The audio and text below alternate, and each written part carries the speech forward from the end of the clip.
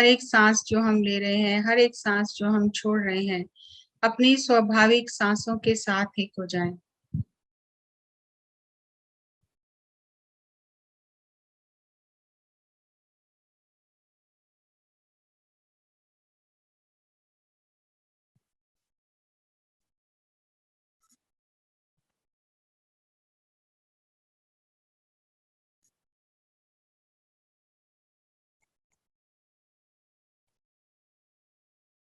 सांसों के साथ जुड़ना हमारी प्रकृति है।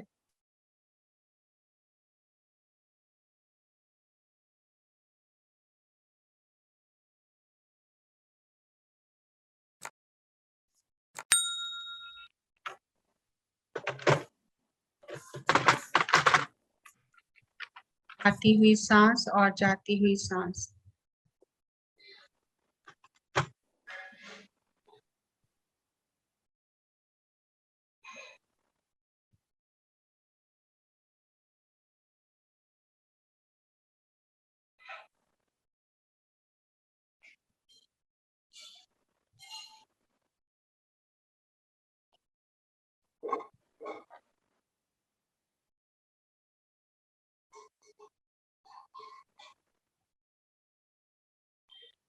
हर एक सांस जो हम ले रहे हैं, हर एक सांस जो हम छोड़ रहे हैं, अपनी स्वाभाविक सांसों के साथ एक हो जाएं।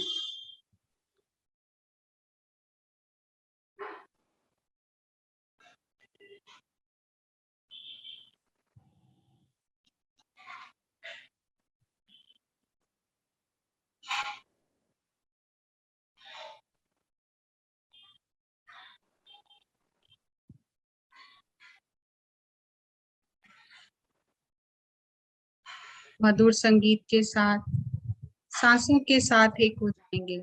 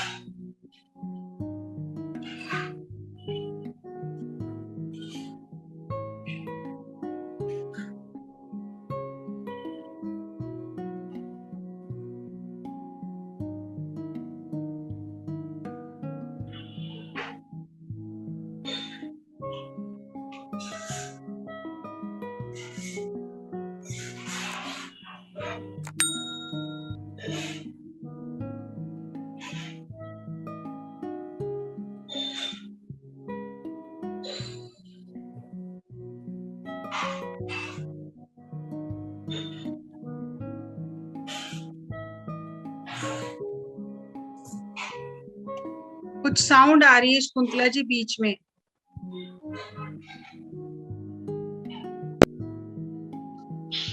के साथ रहें। आती हुई सांस, जाती हुई सांस।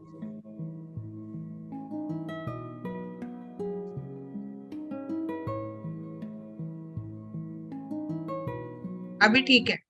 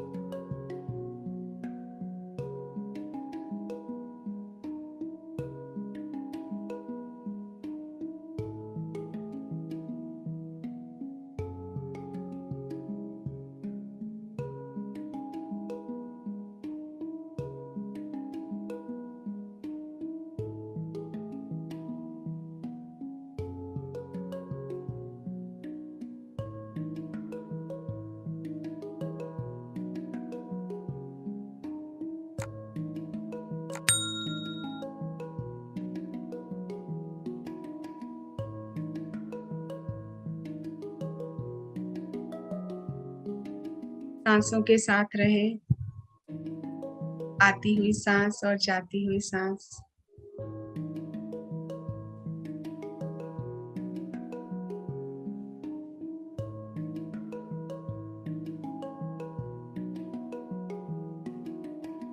सांसों के माध्यम से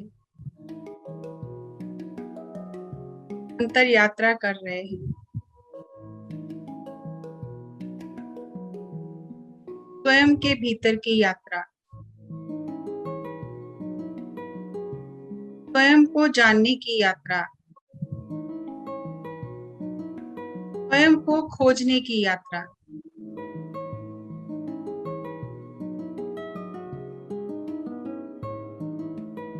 और भीतर जाने का मार्ग है श्वास।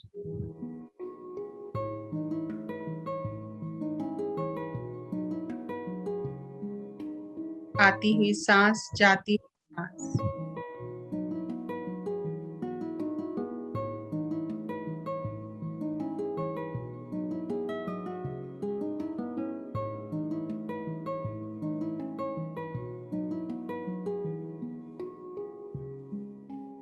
शरीर से जो हम यात्रा करते हैं,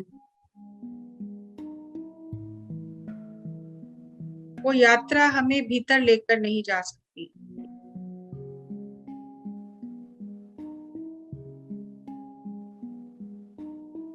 सांसों के साथ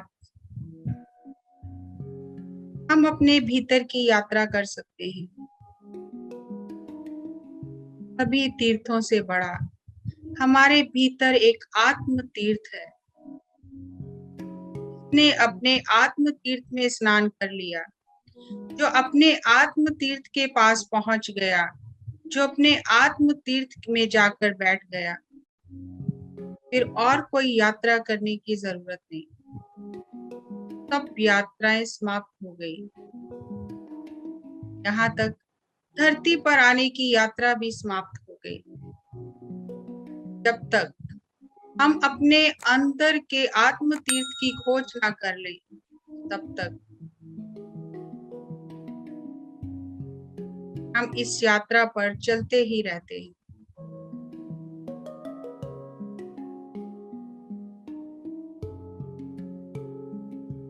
कई जन्मों तक बाहर की दुनिया में हर चीज की खोज करते हैं। कई जन्मों के बाद, कई अनुभवों के बाद आत्मा को इस बात का ज्ञान प्राप्त होता है कि बाहर नहीं, भीतर की खोज करनी है। फिर कई जन्मों के बाद इस बात का ज्ञान प्राप्त होता है कि भीतर की खोज करनी कैसे है। और तब आत्मा के जीवन में ध्यान आता है। ये जन्मों जन्मों की यात्रा है। आज हमें लगता है कि हमने सहजता से ध्यान को पा लिया है, लेकिन नहीं। इस ध्यान तक पहुंचने के लिए हमने कई जन्मों की यात्रा की है, कई कठिन तपस्याएं की हैं, साधना की है, तब यहाँ तक पहुंची।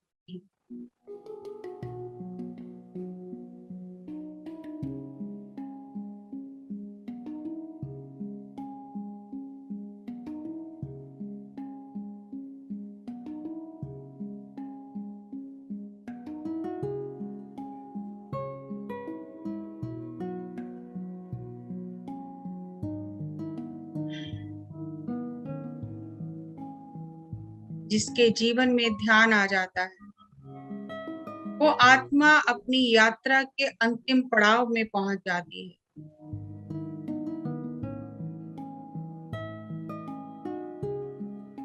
जब तक जीवन में ध्यान नहीं आता, भटकना बनी रहती है। कुछ तो पाना है, तो कम है, कुछ तो अभाव है, कैसे पूरा होगा, खोज जारी रहती है।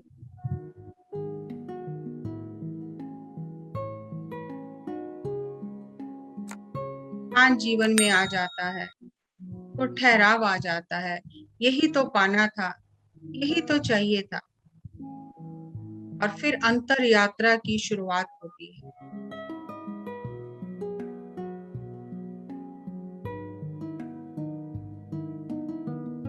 आती हुई सांस और जाती हुई साथ रहे।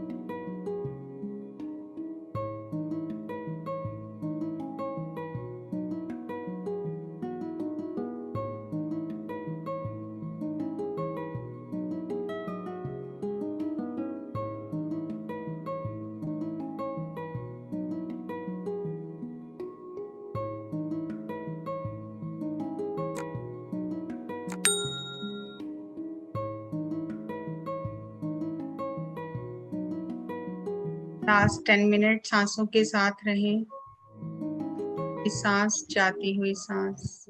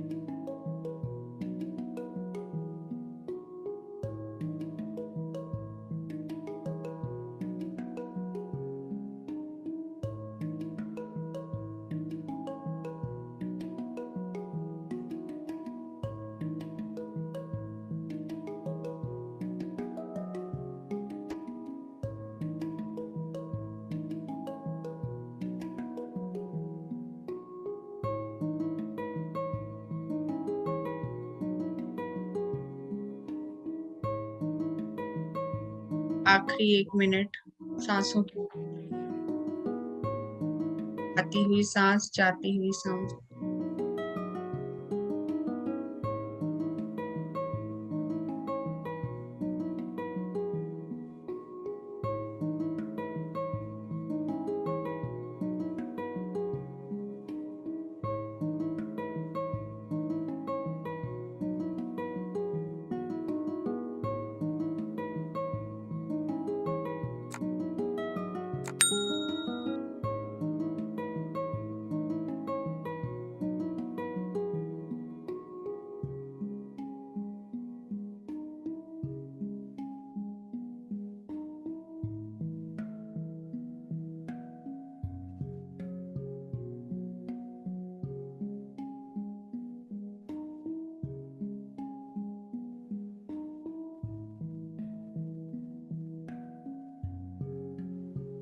सांसों के साथ रहें।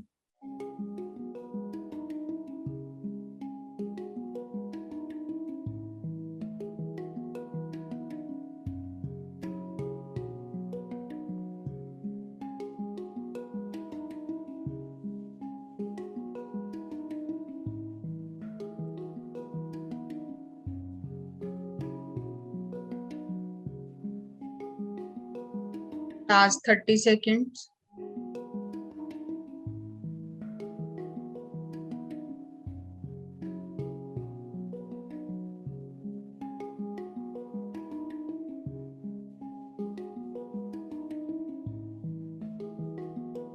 Ten seconds.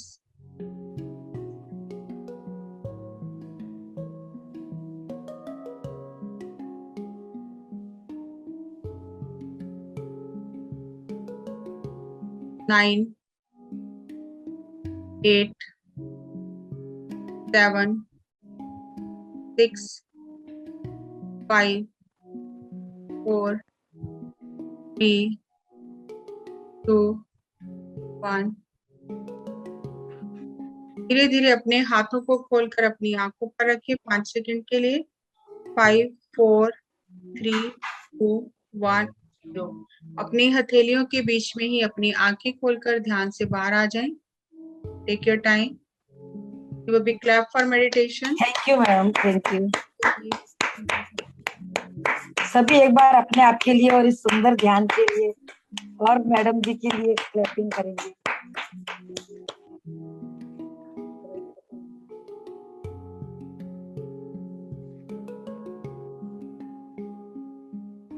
जी शकुंतला जी, यस। कुछ गणेश चतुर्थी के बारे में बताइए। हाँ बिल्कुल।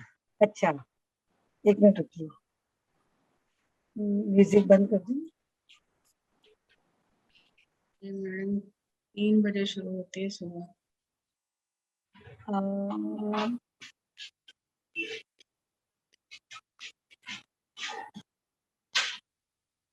हाँ यस मैडम, बोलिए। गणेश चतुर्थी के बारे में बताइए कुछ। आप बताइए मैडम, हम लोग तो क्या बताएंगे। नहीं नहीं, आप गणेश चतुर्थी बताइए। आपका तो मेन त्योहार है ये गणेश चतुर्थी। सही बात है, चलो सबसे पूछते हैं। हाँ गणेश जी। चतुर्थी तो मेन महाराष्ट्र के अंदर सबसे अच्छा प्रोग्राम, बड़ा प्रोग्राम है। और जो गणेश, सबसे पहले गणेश जी की सब लोग पूजा क्यों करते हैं, वो सब लोग ये बताते हैं कि इनकी कोई भी चीज ऐसी नहीं है जिससे अपन कुछ सीख नहीं सकते। जो इनका शरीर है, जो इनका आकार है, सपोज इनको बोलते भी प्रथमेश है, क्योंकि ये सबसे प्रथम इनकी पूजा की जाती है गणेश जी की। तो गणेश जी के लिए बारे में ऐसा बताया जाता है कि इनके जैसे जो भी शरीर के अंग हैं, उनसे हमें क्या ज्ञान लेना चाहिए। कि जैसे इनके बड़े बड़े कान हैं, तो वो कान क्या है, वो इसके जैसा वो होता है ना, सूप, सूप के जैसे हैं। क्या आप अच्छी सूप क्या करता है, अच्छी चीज को अपने पास रखता है, खराब चीज को फेंक देता है। तो बोले जो भी चीज आप सुनते हो ना, अच्छी अच्छी चीज ग्रहण करो, बाकी को सबको निकाल दो। जैसे उसकी आंखों के बारे में बोलते हैं कि इतनी छोटी छोटी आंख है, तो आप हर चीज को इतनी बारीकी से देखो, एकदम सूक्ष्मता से देखो, कितना कंसंट्रेशन से उसको देख सकते हो, उसके बारे में बताते हैं। उनका पेट बड़ा है अगर, तो बोलते हैं, जैसे बोलते हैं ना किसी के, आपके पेट में बात पचती नहीं है, तो पेट में आपको बात पचाना आना चाहिए। तो उसकी तो कोई भी चीज, सिर है तो माथा उनका इतना बड़ा, बड़ा मीन्स पूरी बुद्धि है उसके अंदर, इतनी बुद्धि है कि आप सब उससे कितना भी ग्रहण कर सकते हैं। तो गणेश जी तो जितना सीखोगे उतना ही कम है मैडम। अब हमारे सभी पार्टिसिपेंट से पूछते हैं गणेश जी के बारे में कौन क्या यस बताना यस चाहता है। यस यस, बताइए, जिनको भी मालूम है, जानते हैं, वो अपना शेयर कीजिए। आज वो उनकी मूसक है। सब लोग सोचते हैं इतने से छोटे से मूसक इतनी बड़ी सवारी, इतने बड़े शरीर को कैसे लेता है, तो उसका भी एक अलग ही मतलब है। क्या हाँ इतने अपने अंदर मन में इतने विचार होते हैं, इतना वो सब कुछ होता है, उन सबको संभालने वाला वो छोटा सा मूसक है, उसका मतलब है। हम्म यहाँ हमारे कामेश्वर जी बताएंगे। सर आप पूरा, आपका वीडियो पूरा दिखना चाहिए, आधा आधा दिखता है, और ऊपर करिए थोड़ा। यस। नमस्ते सभी को, नमस्ते नमस्कार। नमस्ते जी, नमस्ते। ये गणपति के बारे में अभी शकुंतला जी ने तो बताया, उनका जो हम प्रथम पूजा करने का एक ये प्रथा है, और वो उनका वाहन है मूषिक वाहन। माने इतना छोटा प्राणी, उसके ऊपर इतना बड़ा पेट वाला बैठता है ये कैसा हो सकता है? उसका उनके एक इसका अर्थ क्या है कि अपना ईगो सब निकालो तो छोटा बड़ा सवाल नहीं आता है, ऐसा छोटा भी चलता है। और ये बुद्धि में बहुत चतुर है। वो एक बार ईश्वर जी शिवने ने माँ बाप पृथ्वी को ये प्रदक्षिण करने को बोला, तो कार्तिकेय ने पूरा पृथ्वी का प्रदक्षिण करने को गया। उन्होंने माँ बाप का कर लिया। गणपति ने उधर ही आराम से बैठा था। बाद में माँ बाप को 3 प्रदक्षिण करके वो बोलते यही मेरा सबसे बड़ा ये है, पूरा ब्रह्मांड है। ऐसा मतलब बहुत ये है वो, चतुर है, चतुर है। चतुरता के लिए हमको चतुरता मांगता है तो उनको हम्म ऐसा और उनका वो खाने के लिए मोदक, बहुत प्रिय है। मोदक प्रिय है। वो मोदक वो जो बनता है वो चीज बाहर की लेयर। हाँ हाँ, वो उसका जो अपना ये सेहत के लिए अच्छा है करके वो एक है नारियल गुड़, इसमें हाँ। ताकत है पूरा। हाँ। वो इसके चावल के साथ। और ये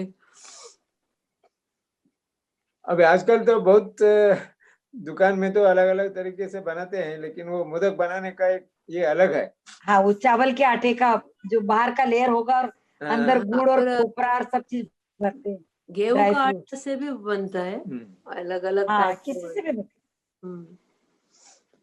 ऐसा उनका ऐसा एक एक हर एक सब जो इतना बड़ा पेट है, उसमें क्यों है उतना बड़ा पेट, उसको इतने राज छिपा रखे और ऐसा हर किसी को बोलना नहीं चाहिए। और बड़ा ये है, कान बहुत बड़ा है और मुंह छोटा है, तो आप सुनो ज्यादा और बोलो कम, ऐसा बोलो। और मेमोरी ज्यादा रहता है। और मेमोरी सबसे ज्यादा है। वो एलिफेंट को मेमोरी बहुत है बोलता है ना, वो 20 साल तक वो या 20-40 साल तक उसको ये याद रहता है करके। कोई भी उसको कभी तकलीफ दिया 30-40 साल के बाद मिला तो भी उसको ये करेंगे वो। उनका कंप्यूटर में सॉफ्टवेयर बहुत अच्छा है। महाभारत का पूरा गणेश जी ने ही लिखा है। वो उधर ये था ना, वो जब भी चालू करता है उसको उठाने का नहीं, पेन। हाँ, तो वो खाली गणपति ही कर सकते थे। हाँ, 1 सिटिंग में एक बार लिखने का। हाँ, पूरा पूरा। बहुत अच्छा जी, बहुत अच्छा बताया आपने। और कोई शेयर करना चाहता है, कुछ और बताना चाहता है, ऐड करना चाहता है इसमें? हाँ, yes yes, thank you. Thank you जी, थैंक यू। सतीश जी,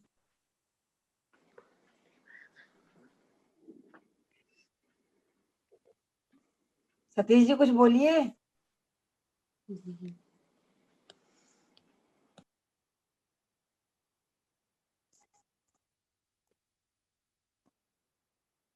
अब पत्री सर तो अगर कोई सवाल नहीं पूछे तो चले ही जाते हैं। कोई क्लास नहीं है। यस, आप इतने महाराष्ट्र में रहने वाले हो, इतना टाइम वो से उनका गणेश। जन्म नहीं, और उनका जन्मदिन उसके हिसाब से मनाया जाता है। हम्म, तो आप इसीलिए बताइए मैडम, आप बताइए। मुझे तो उस बारे में उतना मालूम नहीं है, बस जो आपने परसों बताया। मोनिका जी ने, परसों हमारे यहाँ मोनिका जी आई थी, उन्होंने भी बहुत अच्छे से बताया था। रूपा हाँ, श्री जी ने भी बहुत अच्छे से सब चीजें बताई थी। हम्म, और आपने तो अचानक पूछ लिया हमको जो। और आप बताइए ना सरोज जी, आप बोलिए। यस। क्या बताऊं मैम वो गणपति के जो, नमस्ते मैम। मैम नमस्ते। गणपति के जो पैर, छोटे छोटे पैर होते हैं ना, हाँ, और ये छोटे छोटे पैरों की वजह से मैम वो ज्यादा दौड़ नहीं सकते हैं। तो ये जो छोटे छोटे पैर है ना, वो इस बात को मतलब बताते हैं कि हमें किसी कार्य को करने में आलस नहीं करना चाहिए। गणपति के पैरों से हमें मैम ये सीखने के लिए मिलता है।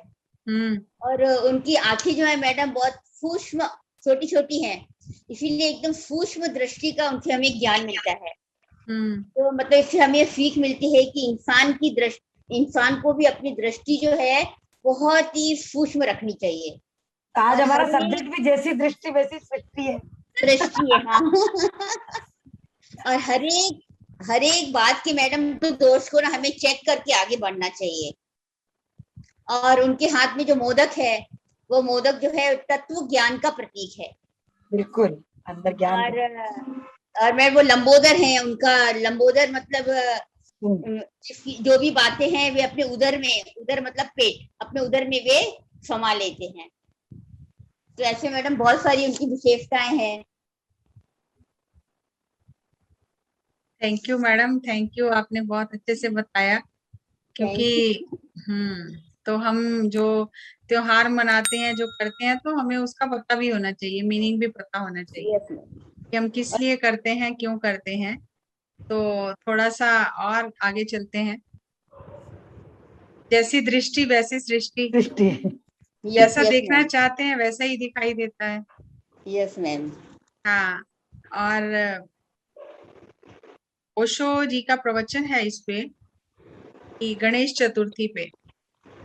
और उनका ये कहना है कि जो भी विधि हम इस्तेमाल करते हैं, हाँ, और जब उस विधि का उपयोग पूरा हो जाता है, तो विधि को छोड़ देना, छूट जाती है, छोड़नी नहीं पड़ती, छूट जाती है।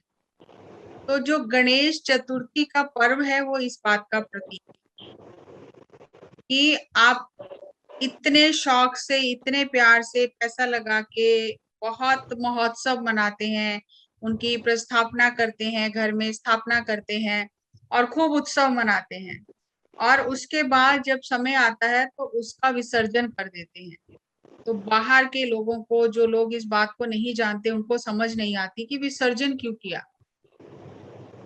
तो उनका ये कहना है कि इतना जिन लोगों ने इस बात की शुरुआत की है, वो बहुत ही ज्यादा वैज्ञानिक रहे होंगे, बहुत ज्यादा ज्ञानी समझदार रहे होंगे, कि हर एक विधि, जैसे अब हम नदी पार करते हैं, नाव में नदी पार की, तो जब नदी का किनारा आ जाता है तो नाव को छोड़ देते हैं, नाव को लेकर नहीं चलते, नाव को छोड़ देते हैं। तो ऐसे ही उन्होंने ये प्रतीकात्मक बनाया कि आपने प्रस्थापना की, पूजा कर ली, नाच लिया, गा लिया, उत्सव मना लिया, और अब उस विधि का भी विसर्जन कर दिया। उससे मोह करके उससे चिपक नहीं गया, आपने उस विधि का भी विसर्जन कर दिया। तो ये इसमें बहुत गहरा रहस्य छिपा हुआ है कि हमें जो भी हम करते हैं, हमें चीजों के साथ चिपकना नहीं है, उस मोमेंट में उस चीज को एंजॉय करना है, जितना मैक्सिमम हम एंजॉय कर सकते हैं। और जब वो एंजॉयमेंट हो गया फिर उससे चिपक के नहीं बैठना, फिर उसको भी छोड़ देना है। तो बहुत अच्छा ये उन्होंने जो ये दिया है ज्ञान। और ऐसे ही जब हम ध्यान करते हैं, ध्यान हम इसलिए करते हैं कि हमें जीवन जीना आए।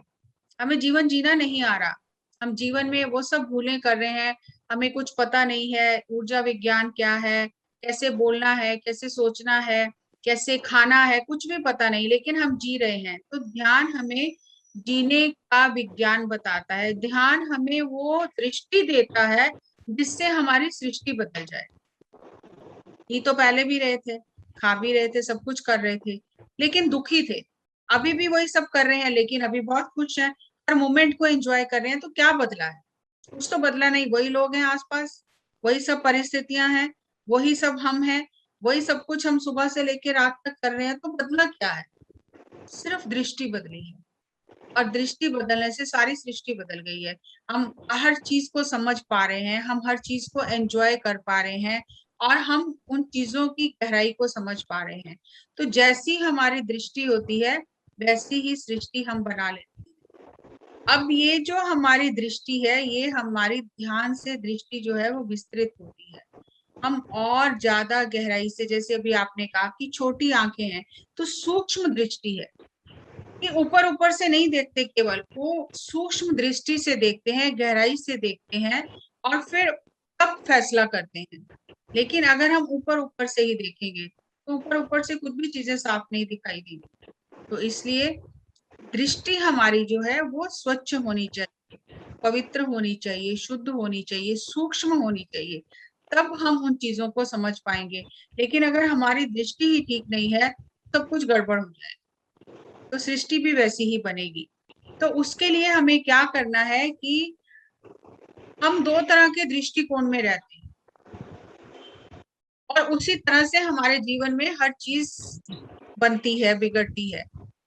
तो एक होता है प्रचुरता, एबंडेंस, कि हर चीज बहुत ही अनंत है, भरपूर है, कुछ किसी चीज की कमी नहीं है। और जब ऐसी हमारी दृष्टि होती है, ऐसा दृष्टिकोण होता है, तो डिवाइन एनर्जी जो है ये उसका फ्लो है। Abundance is the creative flow of divine energy. ये जो प्रचुरता है ये डिवाइन एनर्जी का फ्लो है, क्रिएटिव फ्लो है, ये कभी कम नहीं होता। लेकिन इसके बावजूद हम अभाव में जीते हैं। हमें लगता है कि कुछ कम हो जाएगा, हमें शायद मिले ना मिले, हमारे लिए ऐसा अवसर आए ना आए, हमारे पास पैसा हो ना हो। तो ऐसी बहुत सारी चीजें हैं, हम अभाव के दृष्टिकोण में जीते हैं। तो हमें उस दृष्टि को सूक्ष्म करना है, विस्तृत करना है। अब जब हमारा दृष्टिकोण विशाल होता है, हम प्रचुरता के भाव में जीते हैं, तो हमें ये पता चलता है कि कुछ भी कम नहीं है, हर चीज ब्रह्मांड में अनंत है। हवा अनंत है, पानी अनंत है, धरती अनंत है, हर चीज अनंत है। ईश्वर ने सृष्टि में जो भी बनाया है उसकी कोई सीमा नहीं है, सब चीज अनंत है, भरपूर है। हमारे जीवन में जो हमें अवसर मिलते हैं वो भी अनंत है। हमें ऐसा लगता है कि ये अवसर टूट गया तो पता नहीं दोबारा मिलेगा कि नहीं, लेकिन प्रकृति फिर अवसर देती है, फिर हमें बार बार अवसर दिए जाते हैं। और हमें अगर लगता है कि पैसा कम हो जाएगा, हम ज्ञान बांटने से कम हो जाएगा, अगर हम दूसरों से अनुभव शेयर करेंगे वो कम हो जाएगा, तो ऐसा प्रकृति में है ही नहीं। हर चीज प्रकृति में बढ़ती है, अनंत। लेकिन हमारी सोच की वजह से हम अभाव की स्थिति में जीते हैं। हमें लगता है कि रिसोर्सेज तो बहुत कम है, और जैसे ही कोई ऐसी चीज होती है तो हमें लगता है घर में राशन पानी फटाफट इकट्ठा कर लो, कहीं कम हो जाए तो हमें मिले ही ना। तो हम अभाव की चेतना में जीते हैं। पता नहीं हमें दोबारा मौका मिले या ना मिले, पता नहीं धन फिर दोबारा जोड़ पाए कि ना जोड़ पाए। तो हम हमेशा अभाव की चेतना में जीते हैं, और इसलिए हमें जीवन में हर पल पल संघर्ष करना पड़ता है, बहुत मेहनत करनी पड़ती है, चीजों को पाने के लिए प्रयास करना पड़ता है।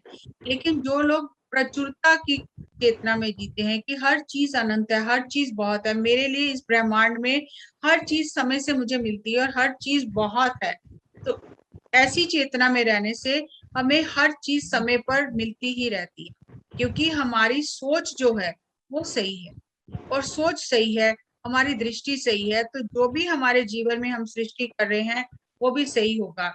या तो आप अभाव की चेतना में रहते हो, या आप प्रचुरता की चेतना में रहते हो, तो हमें ये चेक करना है कि हम किस चेतना में रहते हैं।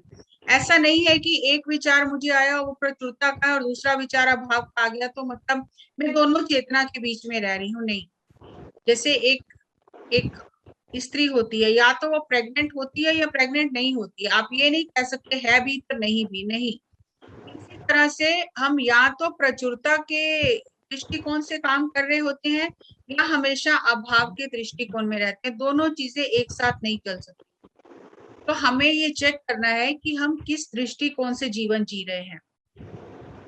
तो प्रिंसिपल क्या कहता है कि ब्रह्मांड में हर चीज अनंत है, कोई भी चीज कम नहीं है ब्रह्मांड में। जब से सृष्टि पैदा हुई है कभी कुछ खत्म नहीं हुआ है, और हमेशा हर चीज बहती रहती है, आगे बढ़ती रहती है, बहती रहती है, कहीं भी कोई रुकावट नहीं है, रुकाव नहीं है, अवरोध नहीं है। और ये जो प्रिंसिपल है ये इस चीज पे काम करता है कि हमारी इंटेंशन क्या है, हम किस इंटेंशन से काम कर रहे हैं। क्या हम इस सोच से काम कर रहे हैं कि पता नहीं मिले ना मिले खत्म हो जाएगा, तो हम प्रिंसिपल के उलट जा रहे हैं। अगर हम चीजों को जोड़ रहे हैं, फ्लो नहीं होने दे रहे, चाहे पैसा है, चाहे ज्ञान है, चाहे जो भी हमारे पास है, हम उसको जोड़ जोड़ के रख रहे हैं, तो हम प्रिंसिपल के उलट जा रहे हैं, हम फ्लो के साथ नहीं। अगर हमारा इरादा ठीक नहीं है तो हम तब भी अबंडेंस के प्रिंसिपल के उलट जा रहे हैं। अगर मान लो कोई अच्छा काम हम कर रहे हैं, कहीं दान दे रहे हैं, कहीं मंदिर में, कहीं गुरुद्वारे में दान दे रहे हैं, कोई भंडारा लगा रहे हैं, और उसके पीछे हमारी इंटेंशन क्या है, हमारी इंटेंशन है कि मेरा नाम हो, लोग मुझे जाने, लोग मेरी वाह वाह करें, तो हमारी इंटेंशन सही नहीं है, प्योर इंटेंशन नहीं है, तो हम अबंडेंस के प्रिंसिपल के उलट जा रहे हैं। क्योंकि अबंडेंस का जो प्रिंसिपल है वो हमारी इंटेंशन के ऊपर काम करता है। और प्रिंसिपल ऑफ वैक्यूम कि हर चीज शून्य से उत्पन्न होती है, ब्रह्मांड में हर ये सब चीजें शून्य से उत्पन्न हुई हैं। और जब हमें भी अपने जीवन में कुछ क्रिएट करना है तो शून्य स्थिति में रहकर ही हम क्रिएट कर सकते हैं। अगर मेरे मन में सैकड़ों विचार चल रहे हैं तो वो सारे विचार पूरे नहीं हो सकते, वो सारे विचार मेरी ऊर्जा को नष्ट करेंगे। लेकिन अगर मैं ज्यादा समय रिलैक्स रहती हूँ, शांत मन में रहती हूँ, और उस समय मेरे मन में जो भी विचार आता है वो तुरंत पूरा हो जाता है, क्योंकि वो शून्य की स्थिति से आ रहा है, और शून्य की स्थिति में जो भी सोचा जाता है वो पूरा हो जाता है।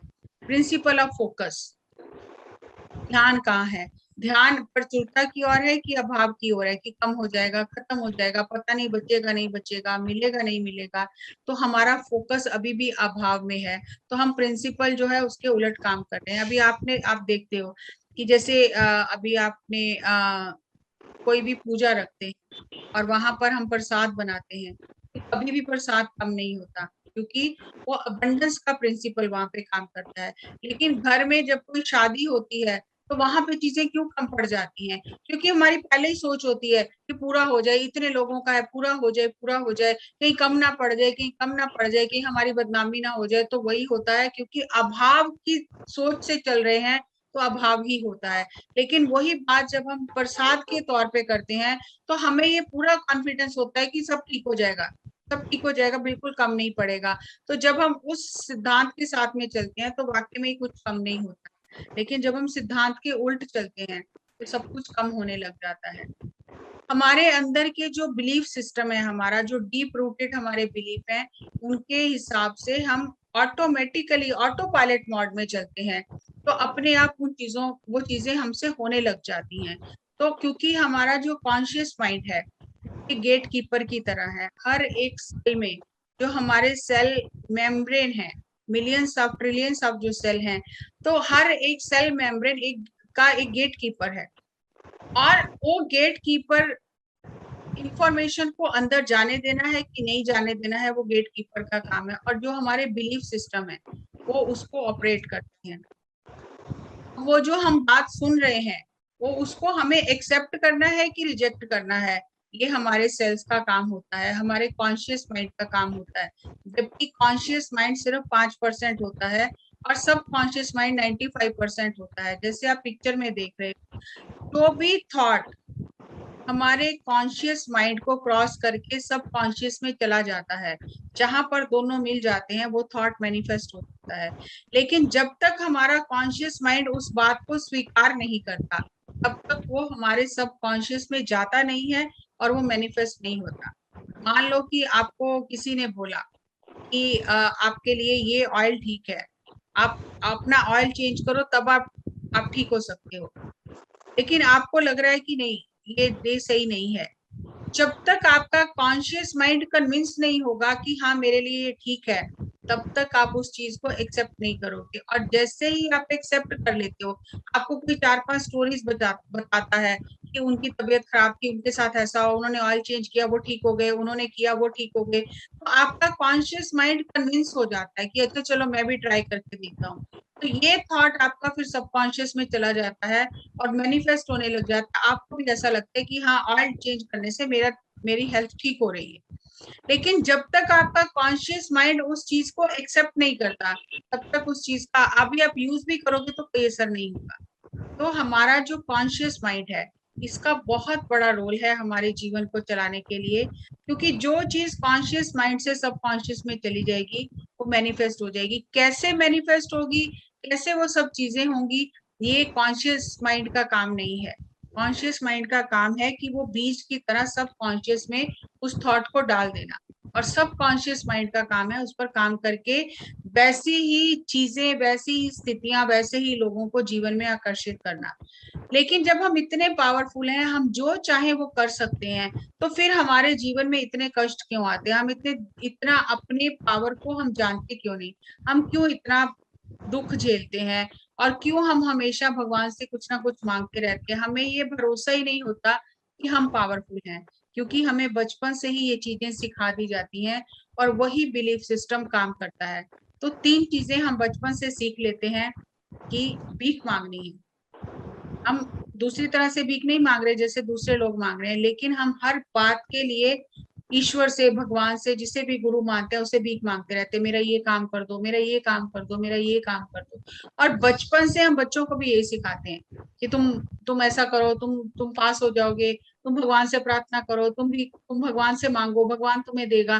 तो बचपन से ही हमें मांगने की आदत पड़ जाती है। हमें ये सिखाया ही नहीं जाता कि तुम मेहनत करो, तुम मेहनत करके इस चीज को पा सकते हो, अपनी मेहनत से सब चीज प्राप्त पा सकते हो। लेकिन हम ये सीख जाते हैं कि मांगने से ही सब कुछ मिलता है, तो वो हमें हमेशा मांगने की आदत पड़ जाती है। बार्गेनिंग द डिवाइन, कि भगवान मेरा ये काम कर दोगे तो मैं आपको 500 रुपए का प्रसाद चढ़ाऊंगा, भगवान आप मेरा ये काम कर दोगे तो मैं तिरुपति मंदिर में जाके तीर्थ यात्रा करके आऊंगा, ये काम कर दोगे तो मैं ऐसा करके सोना देकर आऊंगा वहां पर, मैं इतना वहां पर आपके लिए वहां पे कुछ कमरा बनवा के आऊंगा लोगों के रहने के लिए। तो हम बार्गेनिंग करते हैं कि ये काम होने से हम ये करेंगे, ये काम होने से हम ये करेंगे, और वही चीज हम बचपन में बच्चों को सिखा देते हैं और फिर बच्चे भी वही काम करते हैं। बच्चे भी माता पिता को वही कहते हैं कि आप ये कर दो फिर हम ये भी कर देंगे, हम आपका कहना मानेंगे, जैसा आप कहोगे वैसा करेंगे, आप हमें ये चीज ले दो।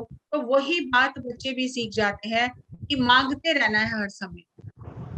और जब मांगने से बात नहीं बन रही है तो बार्गेनिंग करना है कि आप ये करो तो मैं ये कर दूंगा, आप ये करो तो मैं ये कर दूंगा। तो वही बचपन में हम सीख जाते हैं। और तीसरी चीज, थ्रेटनिंग द डिवाइन, कि अगर आपने मेरा ये काम नहीं किया तो मैं भी नहीं सुनूंगा, अगर ये नहीं किया तो मैं भी नहीं करूंगा। तो वही काम हम फिर भगवान के साथ, ईश्वर के साथ, डिवाइन के साथ करते हैं कि अगर मेरा काम नहीं हुआ, मैं दुर्गा माता की पूजा कर रहा हूँ, मेरा काम नहीं हुआ, तो अभी मैंने दुर्गा माता की पूजा छोड़ दी, अब मैं गणेश जी की पूजा कर रहा हूँ। अगर गणेश जी ने भी मेरा काम नहीं किया तो मैं शिव जी की पूजा कर रहा हूँ। तो हम छोड़ देते हैं थ्रेटनिंग कि अगर मेरा काम नहीं होगा तो मैं भी नहीं पूजा करूंगा। तो ऐसा ही हम करते हैं। और ऐसे हमारे आसपास ऐसे केस होते हैं, ऐसी चीजें हम देखते हैं कि अगर गुरुद्वारे भी जा रहे हैं और बहुत संकल्प से हम बहुत श्रद्धा से सेवा कर रहे हैं और वो काम नहीं हुआ, तो लोग गुरुद्वारे जाना छोड़ देते हैं कि मेरा काम नहीं हुआ, मुझे इस भगवान को मानना ही नहीं है। तो ये जो हम मिसबिहेवियर बचपन से सीख लेते हैं, सारी जिंदगी वही अप्लाई करते रहते हैं, क्योंकि वही हमने सीखा है। लेकिन आज हमें पत्री जी क्या सिखा रहे हैं? Be a spiritual scientist, you are powerful, you are the creator. तो हमारे अंदर की शक्ति को वो जगा रहे हैं कि क्यों भीख मांग रहे हो, क्यों धमकियां दे रहे हो, क्यों बार्गेनिंग कर रहे हो, मोल भाव क्यों कर रहे हो भगवान के साथ में? जब भगवान ने तुम्हें शक्तियां देके भेजा तो स्पिरिचुअल साइंटिस्ट बनो।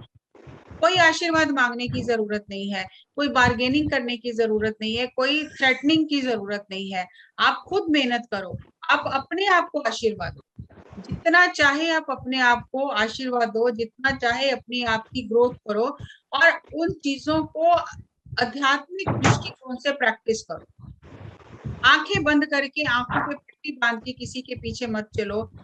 ये भी बात अब बदलो कि मैंने बचपन से ऐसा सीखा, मुझे ऐसा ही करना है, नहीं, वो चीजें काम नहीं आ रही हैं, हमारा जीवन नहीं बदला, तो अलग तरह से सोच के देखते हैं, अलग तरह से करके देखते हैं, खोज करके देखते हैं, मेहनत करके देखते हैं। इसीलिए पत्री जी कहते हैं स्पिरिचुअल साइंटिस्ट बनो।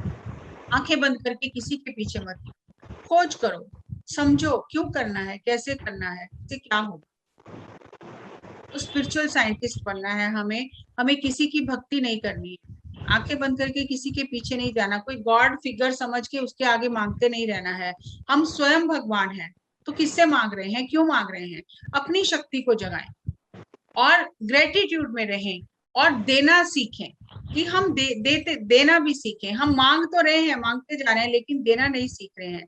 और जब हम ऐसा करेंगे, ग्रेटिट्यूड में रहेंगे, कृतज्ञता भाव में रहेंगे, साथ साथ बांटेंगे, देते भी जाएंगे, हमें क्या होगा, अभाव की मनोदशा से निकल के प्रचुरता की मनोदशा में आ जाएंगे, अबंडेंस में आ जाएंगे।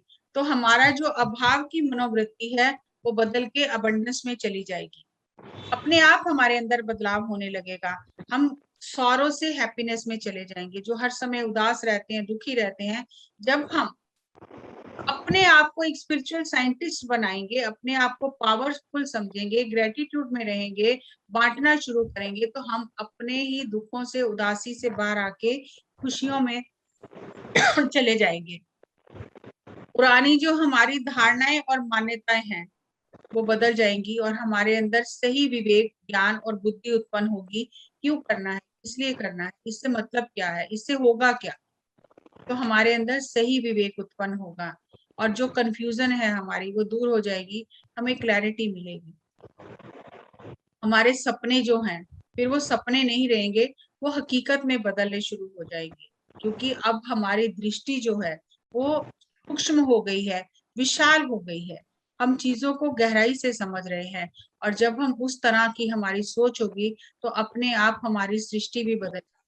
तो क्या करना है हमें, take responsibility, 100% responsibility. I am responsible for my life.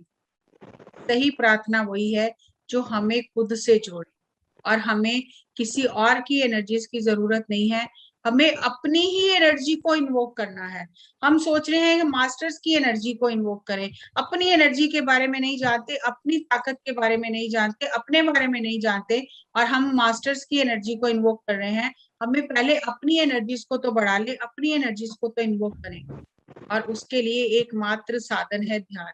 सांसों के साथ एक होकर अपने भीतर की यात्रा करना, अपनी आत्मा की ऊर्जा को बढ़ाना, और आत्मा के ज्ञान से, उस आत्मा की दृष्टि से ये जीवन जीना, तो हमारी सृष्टि बदल जाएगी। तो सही तरीके से जीवन को सही मैनिफेस्ट करने का क्या टूल्स क्या है, क्या प्रिंसिपल है, कि आपको चाहिए क्या, क्लियर इंटेंशन रखनी है कि मुझे ये चीज चाहिए, वो क्लियर इंटेंशन होना चाहिए।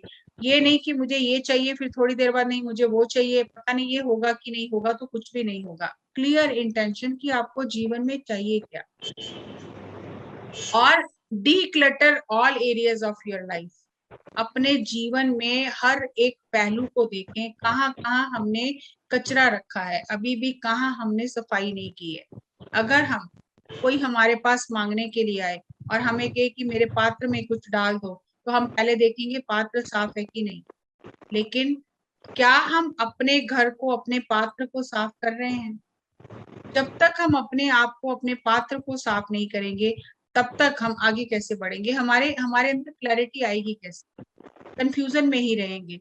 तो हमें क्या करना है कि हमारे पास जो भी हमारा घर है, पहले तो घर को देखें कि घर में कहाँ कहाँ हमने कूड़ा कबाड़ अभी भी इकट्ठा करके रखा है, उन चीजों से अभी भी जुड़े हुए हैं, उनको हम दे नहीं रहे, हम खुद भी यूज नहीं कर रहे, किसी को भी नहीं दे रहे। और जब हम बाहर ऐसे करते हैं तो अंदर भी ऐसा ही हो जाता है। तो अपने लाइफ के हर एरिया को डीक्लटर करें, साफ करें, और फिर डर में नहीं रहना कि पता नहीं होगा कि नहीं होगा। डर की ऊर्जा में रहेंगे तो कुछ भी नहीं होगा। और ग्रेटिट्यूड में रहना कि जो है उसके लिए कृतज्ञता भाव में रहना कि बहुत कुछ है मेरे पास, किसी चीज की कमी नहीं है। ईश्वर ने मुझे बहुत कुछ दिया है, डिवाइन ने मुझे बहुत कुछ दिया है, और उसके लिए मेरे अंदर कृतज्ञता भाव होना चाहिए। तो जो मैं सोचूं वही होने लग जाएगा। लेकिन अगर मैंने अपने पात्र को साफ नहीं किया और मेरे अंदर डर है कि पता नहीं होगा कि नहीं होगा, ग्रेटिट्यूड भी नहीं है, ये भी नहीं पता चाहिए क्या, तो कुछ भी नहीं होगा। तो हमें मेडिटेशन से, ध्यान करने से हमें इस बात का पता चलता है, क्लैरिटी आती है कि मुझे जीवन में चाहिए क्या, और कहाँ कहाँ मुझे जीवन में अभी काम करने की जरूरत है, सफाई करने की जरूरत है। और फिर मैं डिवाइन पे, स्वयं पे पूरा भरोसा करके इस बात पे भरोसा रखता हूँ कि जो भी होगा अच्छा ही होगा, डर की कोई गुंजाइश ही नहीं है, डरने की कोई बात ही नहीं है। और जब हम ग्रेटिट्यूड में रहते हैं तो सब चीजें अपने आप यूनिवर्स हमारी तरफ भेजने लग जाता है। तो हम हमेशा ग्रेटिट्यूड में रहें और अपने जीवन को संवारते रहें, अपनी दृष्टि को सुधारते रहें। जैसे हम आई चेकअप कराते हैं, हमारा नंबर बदल जाता है, हम चश्मा बदल लेते हैं, लेकिन हमारा नंबर बदल गया, हम पुराने ही चश्मे से देख रहे हैं तो कुछ भी दिखाई नहीं देगा। तो जैसे जैसे हमारी दृष्टि बदलती है, हमारा चश्मे का नंबर भी बदल जाता है। इसी तरह जैसे जैसे हमारे अंदर क्लैरिटी आती है, हमारी दृष्टि सूक्ष्म होती जाती है, हमारे अंदर वो ज्ञान चक्षु उजागर हो जाता है, तो अपने आप हमारी सृष्टि भी सही होने लग जाती है। तो जैसी दृष्टि वैसी सृष्टि। तो हमें दृष्टि कैसी रखनी है कि जीवन में हर चीज भरपूर मात्रा में है, कोई कहीं कमी नहीं है, और मुझे जो भी चाहिए जीवन में, मुझे समय से यूनिवर्स वो चीज देता है। और जब हम इस दृष्टिकोण के साथ, इस दृष्टि के साथ जीवन जिएंगे तो जो चाहेंगे वही जीवन में पाएंगे। तो ये गणेश चतुर्थी का पर्व आपको बहुत बहुत मुबारक हो। और हम इस पर्व में ये अपनी दृष्टि को उसी तरह सूक्ष्म करें जैसे गणेश जी अपनी आंखों के माध्यम से हमें संदेश दे रहे हैं। एक भी संदेश हम जीवन में उतार लें तो हमारा जीवन धन्य हो जाएगा। तो हम जो देख रहे हैं, जो सुन रहे हैं, उस पर अमल भी करें। सभी का बहुत बहुत धन्यवाद। Thank you, thank you, thank you.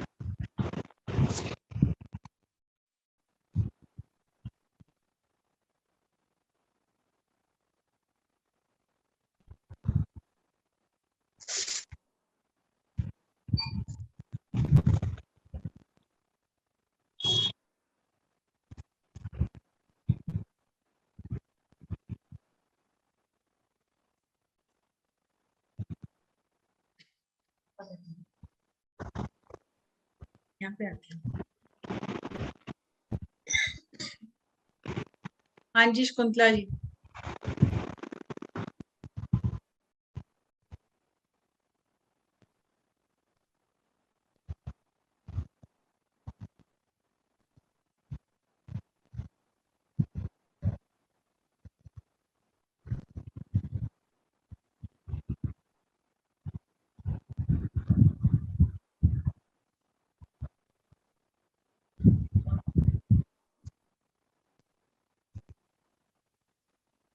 किसी का कोई प्रश्न है, कोई एक्सपीरियंस शेयर करना है किसी को, सो आप अपने आप को अनम्यूट कीजिए, हैंड रेज कीजिए।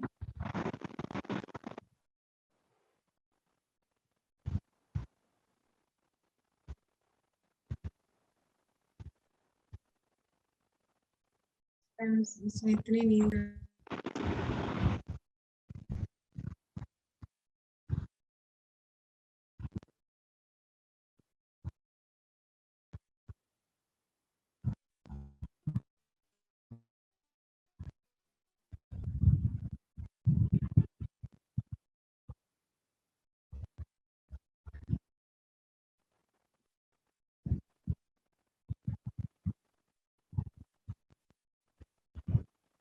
एड्रेस किसने दिया वो भी बताइए।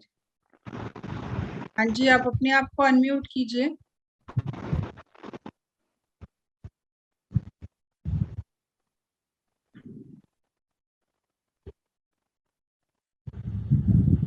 नमस्ते माता जी। नमस्ते जी।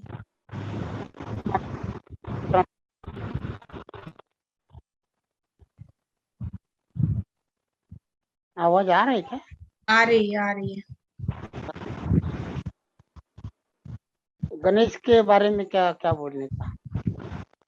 मैं एक ही कहूँ, जो माँ की आज्ञा पालन करेंगे वही सब नहीं हो। आपकी आवाज क्लियर नहीं आ रही है, कट कट के आ रही है। उसमें एक लेने जैसा है। अभी वो पूरा तो शास्त्र आपको उसको छेड़ने का नहीं है, वो तो बड़े बड़े गुरु ने लिखा है, उसके ऊपर अपन ज्ञान तो बांट नहीं सकते, क्योंकि जो ले सकते हैं उसमें वो एक महत्व की बात है कि माँ के आज्ञा में रहने वाला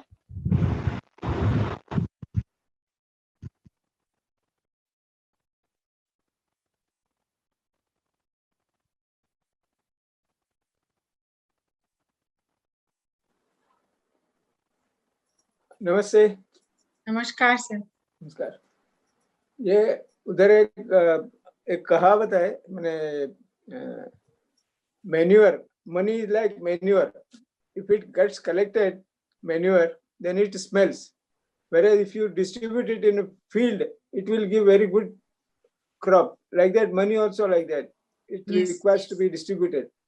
Yes. It is. So other thing is, हम लोग का जब भी देने का आता है तो poverty conscious हो जाता है. Yes. That is a problem with us. We Yes. don't know that it is money is a give and take. First you have to give, then you will get it. Yes. ऐसा ही होता है, ऐसा नियम है दुनिया का भी, इसका यूनिवर्स का नियम ऐसा है। लेकिन हम लोगों को इतना जानकारी नहीं है। ऐसा हम लोगों का जो एबंडेंस रुक जाता है। यस। इसका वजह से हम खुद ही उस फ्लो को रोक लेते हैं। हाँ, वही हमें खुद रोक लेते हैं। तो हमें अपने ऊपर काम करना है, अबंडेंस कॉन्शियसनेस में रहना है। कुछ भी कम नहीं होता। हाँ, बढ़ता ही जाता है। होता, कुछ भी कम नहीं होगा। Yes. Yes sir. Thank you. आपने बहुत अच्छा तरीके से समझाया। बहुत माने सब समझने लायक है, ऐसा आप समझाया है। Thank you sir. Thank you. Thank you. Thank you very much. Thank you जी। Thank you. कुंतला जी कहाँ चली गई हैं?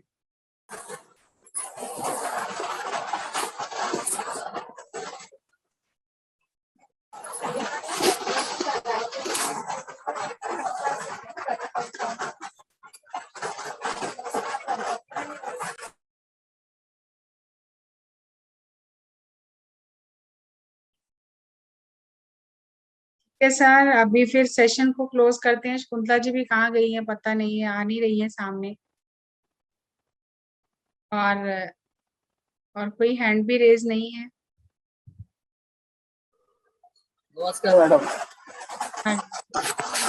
मैं अच्छे से हुआ ध्यान और बढ़िया आपका था। हाँ जी।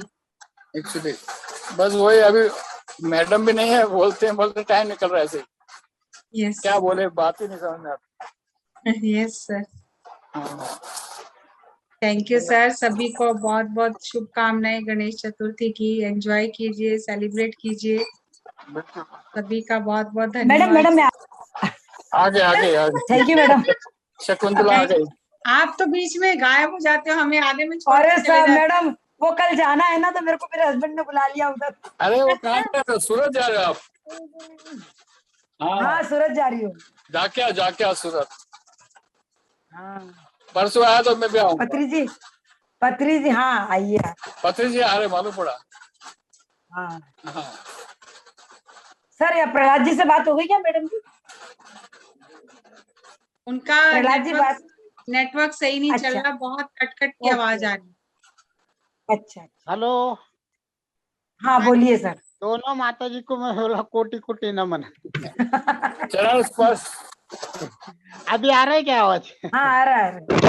हाँ, तो ये क्या गणेश जी के बारे में अपन तो कुछ ज्ञानी नहीं इतने बड़े, और कोई ऐसा वो शास्त्र को छेड़ना भी नहीं है।